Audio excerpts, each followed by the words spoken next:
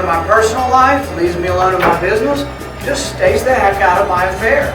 In fact, I believe in it so strongly that I stood for 10 and a half hours on the Senate floor for your and my right to be left alone. Do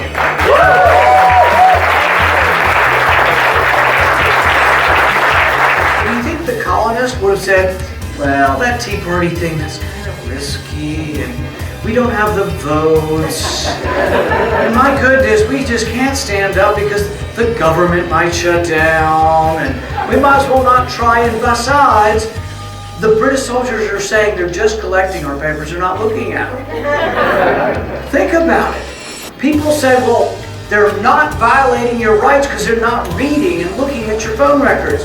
It's the act of collection that is the invasion of your privacy. So I stood for 10 and a half hours to say, you know what? The people need to stand up and make sure that government knows we don't want you in our records.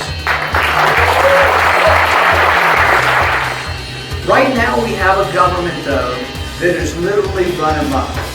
People ask me, they say, what is the worst problem? What's the worst thing President Obama's done? And I say, well, how long do you have? But it really isn't this particular bill. It's not Obamacare or Dodd-Frank or even some of the stuff they've done with the NSA. If you want to talk about it in overall terms, what's the worst thing the president's doing to the country? It's the collapse of the separation of powers. We had checks and balances, and it was this marvelous system that our founders put in place. Madison put it this way. Madison said that we would pit ambition against ambition. The ambition of Congress to hang on or gain more power would be pitted against the power of the presidency, the ambition of the president to gain more power. But you know what you have now? You have a minuscule, a tiny, tiny, impotent, and inconsequential Congress. And I'm embarrassed that I'm even part of it. What were you promised? They said elect Republicans. Elect Republicans and we'll stop this nonsense. So we did. We elected Republicans to the House and to the Senate. What'd you get for it? Nothing. We have the power of the purse. People are now saying, and I think they're confused on this, we need to end the 60-vote majority in the Senate. We need to end it because we can't stop anything. No, we need to use it to our advantage.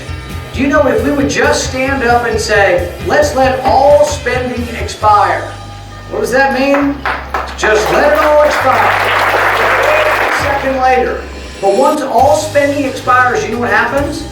The people who want to spend money have to affirmatively get the votes. A majority in the House and typically 60 votes in the Senate. So what are some of the things we might get rid of? Where to start? $800,000 we spent the last couple of years on developing a televised cricket league in Afghanistan. They don't even have televisions in Afghanistan. 1 in 10,000 people have a television, and yet they took $800,000 of your money to broadcast a televised cricket league for Afghanistan. Do you know that we have spent more in Afghanistan than the entire Marshall Plan after World War II? We had an accidental bombing of a hospital the other day, and it makes me sick. Some people want to blame the soldiers. I know, but I have relatives who are soldiers. I don't want to blame the soldiers, but I sure as hell want to blame the policymakers. Why the hell are we bombing anybody in Afghanistan? Why the hell are we there?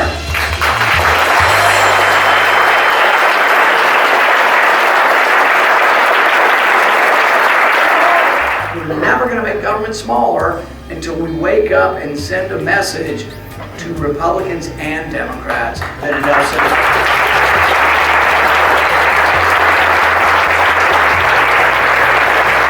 For nonviolent crime, we have to choose a different way. We've got to figure out a different way than putting people in jail. It's not the way we should treat drug addiction or drug problems with jail.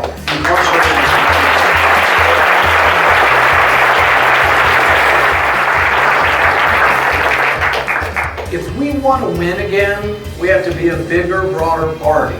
We need to be a party with earrings and without earrings, with tattoos and without tattoos, with ponytails and without ponytails.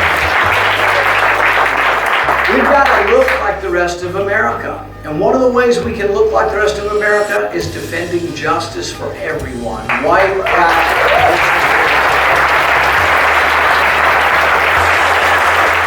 Hi, I'm New Hampshire State Representative Victoria Sullivan, and I stand with Rand because our party has been looking for a conservative leader for many years. We finally have a guy. We have a liberty-loving conservative who will stand up for us and against the Washington machine. That is why I stand with Rand Paul. My name is Taylor Brenneval, and I stand with Rand because he's the only candidate who supports individual liberty under a limited government.